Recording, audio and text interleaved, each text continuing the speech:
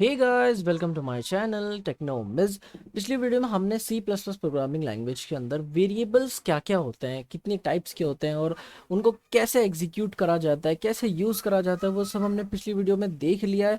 इस वीडियो में हम देखेंगे सी प्लस प्लस में आइडेंटिफायर्स क्या होते हैं। ठीक है, तो चलिए स्टार्ट करते हैं theory C plus plus identifiers की। All C plus plus variables must be identified with unique names. These unique names are called identifiers. Identifiers can be short names like X and Y, or more descriptive names, age, sum, total volume, जो भी है, ठीक है.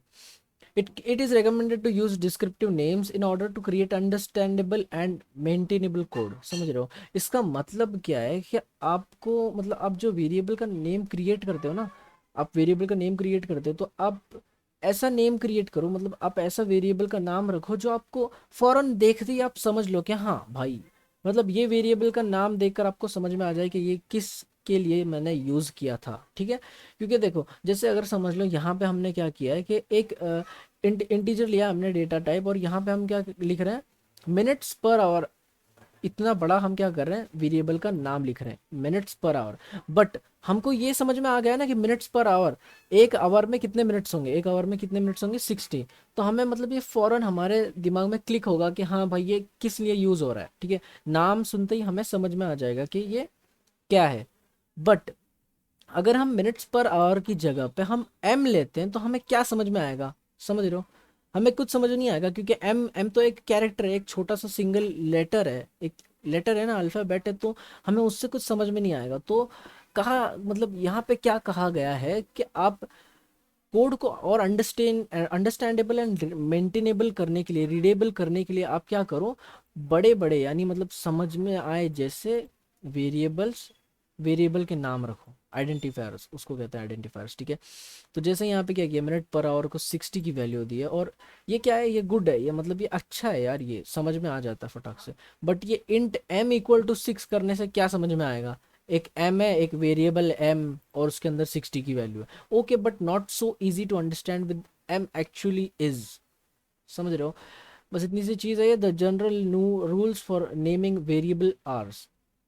Variables are, name can contain letters, digit and underscore. हम जब variable का नाम लिखते हैं ना, तो वो क्या कर सकते हैं, वो क्या कंटेन कर सकते हैं, वो लेटर कंटेन कर सकते हैं, वो डिजिट्स कंटेन कर सकते हैं, और वो अंडरस्कोर कंटेन कर सकते हैं. अंडरस्कोर यानी ये जो है ना, ये अंडरस्कोर, इसको अंडरस्कोर कहते हैं.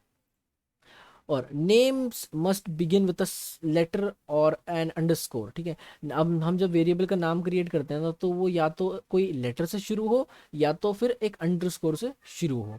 Name are case sensitive. Okay, case sensitive का मतलब क्या है कि हमने समझो एक वेरिएबल बनाया है माई वेर नाम का. ठीक है, और माई वेर में हमने क्या किया है कि वी का, माई वेर का जो वी है ना, इसको कैपिटल किया है, और एक वेरिएबल बनाया है जिसका वी हमने स्मॉल किया. तो ये क्या हो गया, अभी दोनों वेरिएबल्स अलग अलग हैं. क्या है, दोनों वेरिएबल्स डिफरेंट हैं, दोनों सेम नहीं है. समझ रहे हो, कई बार हम क्या कर देते हैं कि हम लिखते रहते हैं वेरिएबल का नाम, और उस टाइम पे हमसे कोई एक वर्ड कैपिटल हो जाता है या फिर कोई एक स्मॉल हो जाता है.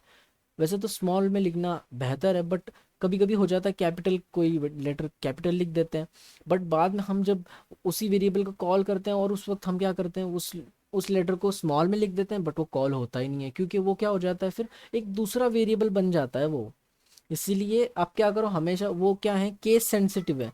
अगर उसको आपने डिक्लेयर किया है स्मॉल लेटर्स में, तो वो स्मॉल लेटर्स में ही वर्क करेंगे. आप यहाँ पे लिख रहे हो स्मॉल लेटर्स में और कॉल कर रहे हो कैपिटल लेटर में, या फिर उसके अंदर का कोई भी एक लेटर कैपिटल करके कॉल कर रहे हो, तो वो कॉल नहीं होगा. ठीक है, names can not contain white spaces और स्पेशल कैरेक्टर्स लाइक, ये सब चीज़ें आप अपने वेरिएबल के अंदर, नेम के अंदर आप क्या करो, मतलब ये सब चीज़ें मत ऐड करो, ये कंटेंट नहीं हो सकते, मतलब ये नहीं आ सकते. ठीक है, reserved words like C plus plus keywords such as int. ये इंट क्या है, एक रिजर्व, ये क्या है, ये रिजर्व हो चुका है. ठीक है, ये आप समझ लो, आप यहाँ पे इंट लिख रहे हो. ठीक है, इंट लिख रहे हो, और यहाँ पे आप क्या कर रहे हो, और एक वेरिएबल बना रहे हो, और उसका नाम क्या दे रहे हो, इंट ही दे रहे हो. तो वो क्या होगा, वो नहीं होगा, क्योंकि वो एक्चुअली वो रिजर्व हो चुका है.